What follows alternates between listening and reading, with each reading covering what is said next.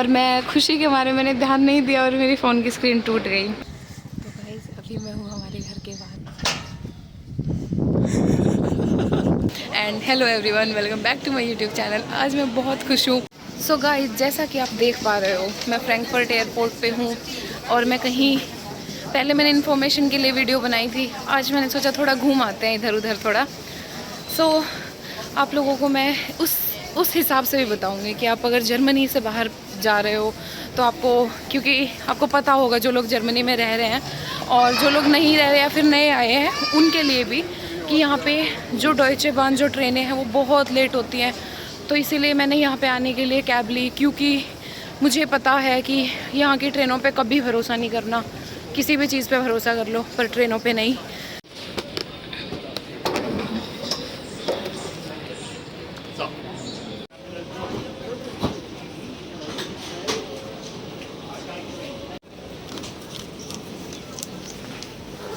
जब मैं पहले आई थी मैंने इस इन्फॉर्मेशन के बारे में थोड़ा थोड़ा बताया था कि जब आप फर्स्ट टाइम आ रहे हो, बट अगर आप फर्स्ट टाइम जर्मनी से कहीं जा रहे हो तो भी आपके लिए हेल्पफुल होने वाली है ये वीडियो। और मैं बहुत ज़्यादा खुश हूँ क्योंकि मैं जहाँ जा रही हूँ वो मेरी बहुत ही फेवरेट प्लेस है। मेरा बैग चेक इन वगैरह हो गया है और मैं आ गई हूँ गेट बी के पास जहाँ से डिपार्चर है। सोचो आप पहले मैं कहाँ जा रही हूँ, मेरी बहुत फेवरेट प्लेस है। सोचो। खैर यहाँ पे हम ज़्यादा ज़ोर से नहीं बोल सकते हैं, पर मैं खुश इतनी हूँ मैं और ज़ोर से भी बोल सकती हूँ खुशी के मारे। सो गाइज़, मैं जा रही हूँ एक surprise visit to India.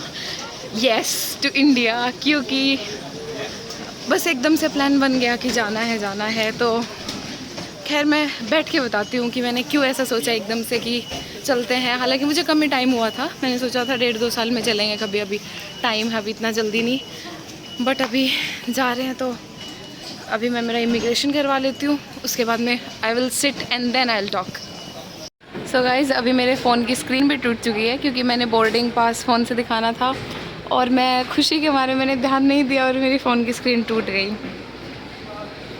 But अभी मेरा इमिग्रेशन है। गाइस, मैं हूँ फ्रैंकफर्ट की ड्यूटी फ्री में, बट यहाँ पे आप देख सकते हो सारे चॉकलेट के प्राइस वगैरह मार्केट रेट से ज़्यादा हैं, थोड़े ज़्यादा हैं।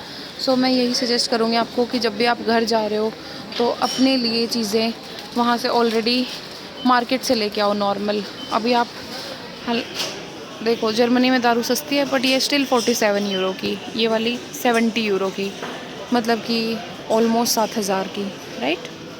हाँ, 7,000 की। तो और नॉर्मल चॉकलेट्स देखो 29, जबकि ये बाहर 20-25 तक मिल जाएगी। तो थोड़ा सा यहाँ पे सारी चीज़ें एक्स्ट्रा हैं, महंगी हैं, मतलब एक्स्ट्रा कॉस्टली हैं। सो जब भी आप आ रहे हो, आपको घर जाना है या कहीं भी जाना है, बेटर है कि आल्दी, लिडल, रेवे इन सब से लेके आओ, क्योंकि स्टिल इन सब के बेटर प्राइसेस हैं। मैंने यहाँ पे हर चीज़ कंपेयर करी है, मतलब मोस्टली चीज़ों के मैंने प्राइस कंपेयर किए हैं। जो चॉकलेट्स मैं लेके आई हूँ वो इन सब से बेटर भी हैं और इन सब से सही है, अच्छी है, मतलब प्राइस में भी फ़र्क है। सो गाइज़, ये है मेरी फ़्लाइट। खैर मैंने इमरजेंसी में करवानी पड़ी तो मुझे कॉस्टली भी काफ़ी पड़ी, प्लस लुफ्तांजा और एयर इंडिया ही हैं जो कि डायरेक्ट हैं। सो गाइज़, पहले मैंने मतलब मुझे इमरजेंसी में करवानी पड़ी ना, इसीलिए मुझे इमरजेंसी में जाना पड़ रहा है इंडिया, तो उस चक्कर में मुझे काफ़ी कॉस्टली भी पड़ी। बट बस मैंने मतलब इवन मेरी रूममेट और शॉक्ड की, यार तो उठी है, और उठते ही कहती है मैं तो चली। तो मैंने कहा हाँ मैं तो चली, बस अभी हो गया मेरा।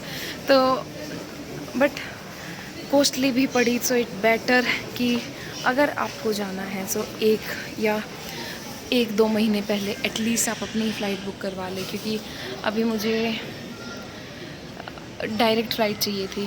मुझे मतलब कि चेंज कर करके नहीं जाना था। हालांकि बैग वगैरह भी ज़्यादा नहीं था, बट स्टिल मुझे चेंज कर करके धक्के खाते हुए नहीं जाना था। सो इस चक्कर में महंगी पड़ रही है। तो अनदर टिप, जब भी आप लोगों को जाना है, देखो इमरजेंसी की बात अलग है, बट जब भी आपको जाना है इट्स बेटर कि आप जल्दी से जल्दी अपनी फ़्लाइट बुक कर ले, अपनी डेट्स पहले से डिसाइड करके रखें, तो ऑलमोस्ट हाफ प्राइस में पड़ जाएगी। अभी मुझे 1000 यूरो में पड़ी है फ़्लाइट, बट और अगर वहीं पे मैं ये फ़्लाइट टाइम से बुक करती तो शायद 500 तक पड़ जाती। तो सो गाइज़, अभी मेरा इमिग्रेशन हो गया है, मैं बोर्डिंग गेट पे आ गई हूँ। अभी बोर्डिंग स्टार्ट होने वाली है। बट कुछ चीज़ें जो मैं आपको बताना चाहूँगी, जैसे इमिग्रेशन पे लाइक ऑब्वियसली पासपोर्ट नहीं भूलना है। मैं तो बार बार चेक करती हूँ पासपोर्ट भूल ना जाऊँ कहीं।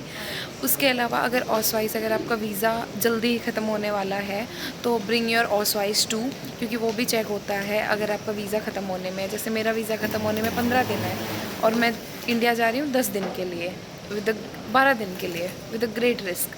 तो उसने कहा it seems like, visa officer कहता है it seems like you are really from India है। यस। तो खैर ठीक है, हो जाएगा, कोई दिक्कत नहीं है। आपको जिस दिन आपका वीज़ा ख़त्म है, आपको उस दिन से पहले पहले एंट्री करनी होती है ईयू में, तो इसमें कोई प्रॉब्लम नहीं है, टेंशन की कोई बात नहीं होती है। दूसरा, मैंने मतलब वीज़ा एक्सटेंशन के लिए ऑलरेडी अप्लाई किया हुआ है, तो मैंने अपनी साइड से अपना सारा डॉक्यूमेंटेशन सब कर चुकी हूँ। उनकी साइड से लेट है तो मेरी कोई गलती नहीं है इसमें। उसके बाद में जब मैं आगे आई तो यहाँ पे लोग, मतलब ये चीज़ें मैं आपको बता रही हूँ कि जैसे जब आप आते हो तो ये गलती ना करें। जैसे कुछ लोग हैं जो कि यहाँ पे काम कर रहे हैं रेस्टोरेंट वगैरह में, तो उन्हें टिप मिलती है, तो वो टिप मिलती है कैश में, या फिर डिलीवरी जॉब्स कर रहे हैं तो वो यहाँ पे आके उसको चेंज करवा रहे हैं।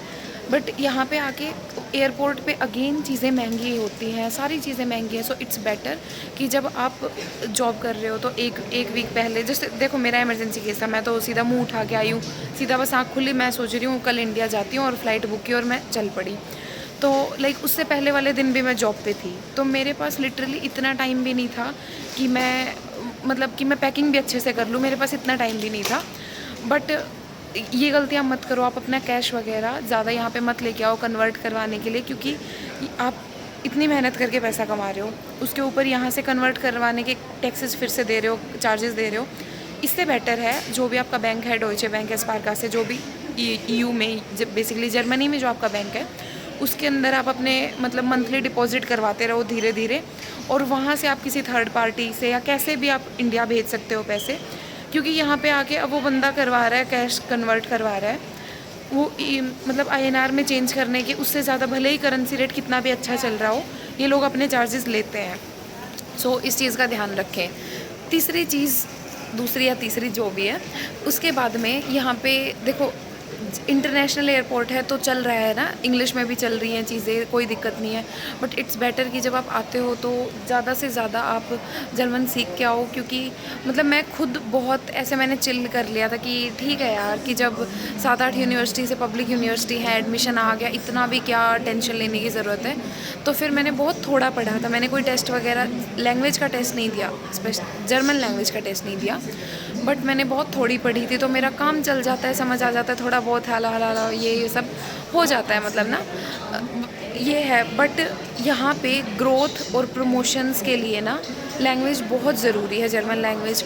और प्लस हर कोर्स में, चाहे कैसा भी कोर्स हो, प्लस मेरा कोर्स तो है ही ऐसा जो कम्प्लीटली लैंग्वेज पे डिपेंड है, तो उनमें अगर आपको आगे फ्यूचर ग्रोथ चाहिए, ये सब चाहिए, तो आप ज़्यादा से ज़्यादा लैंग्वेज सीख के आओ, क्योंकि मतलब ये चीज़ें मैंने बहुत ज़्यादा रियलाइज़ की हैं। तो अभी मैं सोच रही हूँ कि जब मैं आई थी और जब मैं वापस जा रही हूँ तो मैंने क्या क्या चीज़ें नोटिस की ना, तो उस हिसाब से मतलब सबसे बड़ी चीज़ जो लगती है वो है लैंग्वेज, क्योंकि आपको और जॉब स्टिल इंग्लिश में मिल जाएंगी। और अगर आपका कोई गाँव का या कोई ऐसा, मतलब नॉट गाँव का, कोई स्टेट का है जिसने ऑलरेडी यहाँ बिज़नेस स्टार्ट किया हुआ है, तो वो आपको शायद अपने रीजनल लैंग्वेज में भी, आप बैकग्राउंड में काम करोगे, किचन वगैरह में काम करोगे, कहीं पे भी, तो आपको शायद उसमें भी काम चल जाएगा ना। बट ग्रोथ के लिए या कैसे भी मान लो, आपको जर्मन लैंग्वेज आनी चाहिए। यहाँ पे आप, जैसे मैं ऑसलैंडर बिहोर्डे गई बेसिकली वीज़ा एक्सटेंशन के लिए, ऑसलैंडर बिहोर्डे, तो वहाँ पे ना वो लोग इतने रूडली बिहेव करते हैं देन कि आपको ये नहीं आता, कि आपको जर्मन नहीं आती है तो हम नहीं बात करें। तो इट्स बेटर कि आप सीख के आओ। तो मतलब अब काम तो चल रहा है ना, बट काम चलाना नहीं है, काम को अच्छे से करना है। तो इट्स बेटर कि जो भी आप लोग सुन रहे हो या फिर जो भी आने का प्लान कर रहे हो, ज़्यादा से ज़्यादा लैंग्वेज पे फोकस करो। उसके बाद में, हालांकि लोग बहुत अच्छे हैं यहाँ के ना, जैसे मैं जहाँ जॉब करती हूँ वहाँ पे एक लड़की है, वो दूसरी कंट्री से, तो वो काफ़ी टाइम से, उसने मुझसे पूछा कि when are you coming tomorrow for job, तो मैंने कहा I am going to my home, मैं नहीं आऊँगी कल से ना, ये सारा मैंने उसको बताया। तो फ़ोन पे कुछ सर्च कर रही थी, तो मैंने कहा यू नीड समथिंग, कहती है नहीं नहीं, तो वो सर्च करके आई है, वो मुझे कहती है से नमस्ते to your mom and dad. So I was like कि लोग बहुत रिस्पेक्टफुल हैं, बहुत सोचते हैं, हालांकि उसको लैंग्वेज नहीं आती, मतलब उसको लैंग्वेज आती है, मुझे इतनी अच्छे से नहीं आती ना, बट स्टिल उसने वो सर्च करके आई है कि वो कि नमस्ते बोलना, इंडिया में नमस्ते बोलते हैं। एंड लाइक जो भी दूसरे जो हिंदी बोलते हैं ऑब्वियसली, जैसे मेरे रूममेट है कि मम्मी को नमस्ते बोलना, मेरे साइड से बहुत सारा प्यार ध्यान रखना, ये चीज़ें हैं। बट जो हिंदी नहीं बोलते हैं, या फिर हिंदी जिनकी थर्ड फोर्थ लैंग्वेज है, या मतलब जो दूसरे मुल्कों से है ना, वो लोग भी बहुत केयरिंग है कि अपनी माँ को मेरी साइड से सलाम बोलना। और मुझे उनकी लैंग्वेज सारी नहीं आती है, बट बहुत लोग हैं जो बहुत ऐसे, मतलब लोग अच्छे हैं, सब अच्छा है। अगर आपको लैंग्वेज आती है तो चीज़ें बहुत बहुत अच्छी हैं, आपको लैंग्वेज नहीं आती तो चीज़ें थोड़ी प्रॉब्लमेटिक हैं।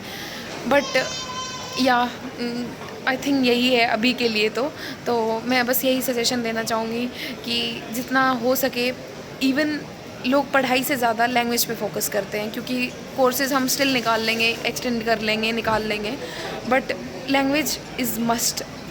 और गाइस सी द वीडियो। अभी मैं मतलब मेरे घर पे किसी को भी नहीं पता है मैं घर पे जा रही हूँ, सिर्फ भाई को बताया मैंने, छोटे भाई को, कि क्योंकि मतलब मैं जा रही हूँ तो इन एनी केस, क्योंकि इंडिया में डस्ट स्टॉर्म्स वगैरह आ रहे हैं, फ़्लाइट डिले चल रही हैं आजकल, तो इन एनी केस अगर कोई प्रॉब्लम होती है तो आई जस्ट टोल्ड हिम कि ठीक है, बट मैंने और किसी को भी नहीं बताया है। सो देखती हूँ मतलब उनका कैसा रिएक्शन होता है। कभी ऐसा ना करें कि इतनी जल्दी आ गई वापस।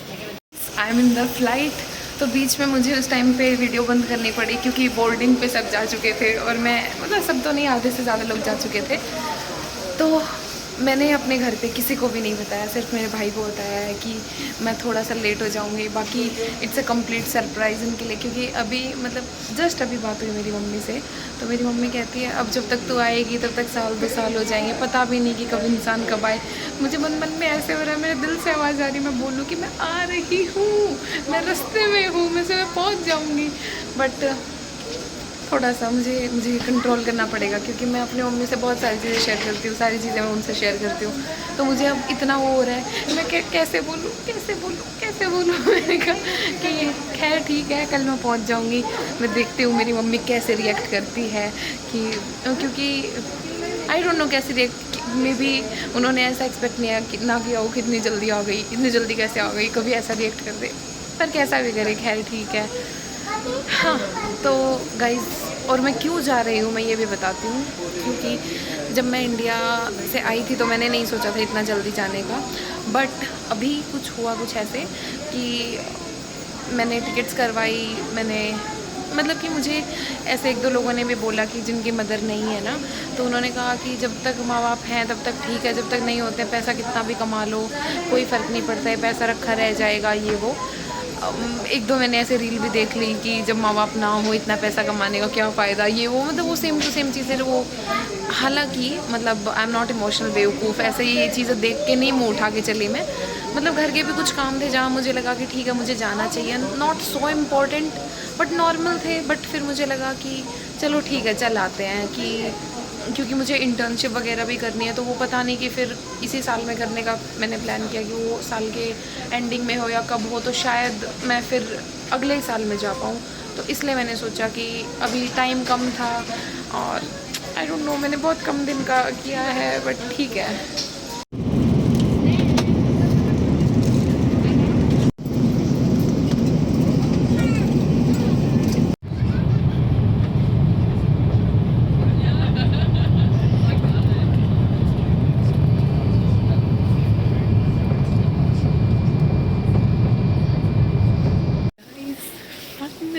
आई एम हियर, मैं पहुंच गई हूँ इंडिया, घर वालों को नहीं पता, and in 3 or 4 hours maybe I will be at home.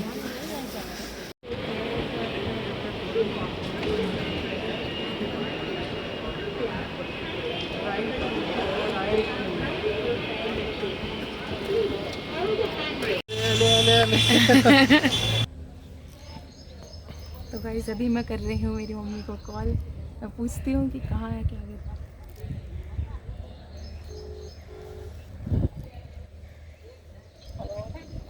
हाँ होम, गुड मॉर्निंग।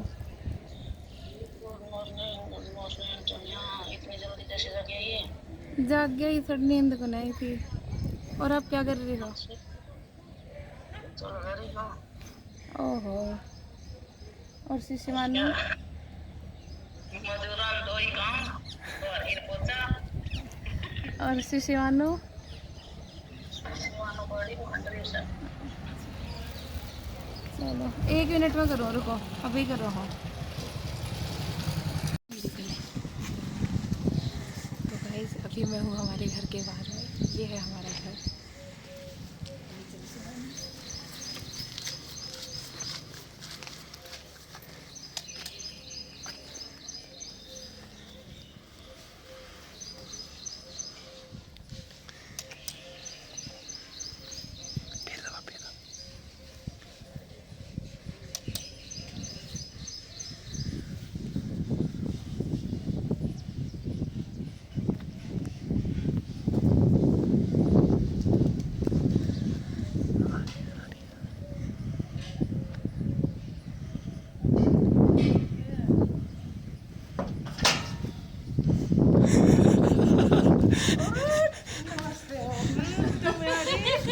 आज कहीं आना हुए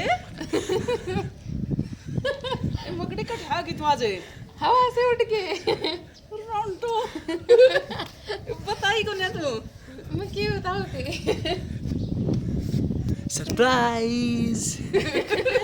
वो तो नहीं जी कर कौन करियो। अच्छा मैं को क्या बताऊँगी? मैं मम्मा शीशी आजा, आजा शीशी मानू। सच तो गाइस अभी मैं आई हूँ हमारे खेत में। जो मेरे मौसा मौसी हैं, हमारी पूरी बड़ी जॉइंट फैमिली है, तो वो लोग खेत में आए हुए थे। हम लोग जाट जमींदार लोग हैं, तो मैं उनके लिए कुछ सामान लेके आई हूँ और देखते हैं उनका रिएक्शन कैसा होता है, क्योंकि घर में किसी को भी नहीं पता।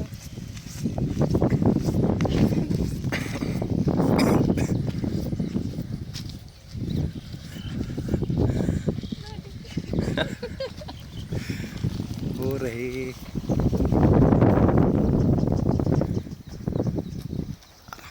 आराम से आराम से।